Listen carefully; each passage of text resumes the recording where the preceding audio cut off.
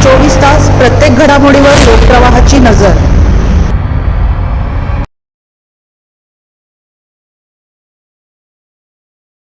नामांकित साई प्रीतम हॉटेलमध्ये तरुणाची गळफास घेऊन आत्महत्या।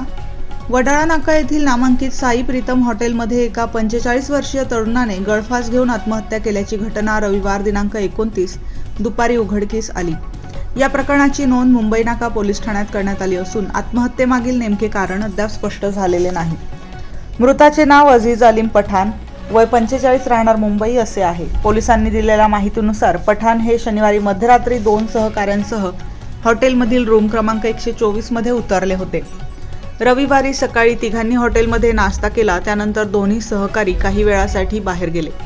दुपारच्या सुमारास ते परत आल्यानंतर रूमचा दरवाजा उघडत नसल्याने त्यांनी हॉटेल व्यवस्थापनाला माहिती दिली।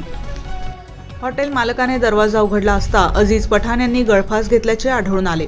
त्यानंतर त्यांना तात्काळ खाली उतरवण्यात आले, मात्र त्यांचा मृत्यू झाला होता।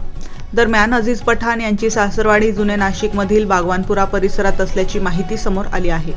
मुंबई नाका पोलिसांनी आकस्मिक मृत्यूची नोंद करून पुढील तपास सुरू आहे।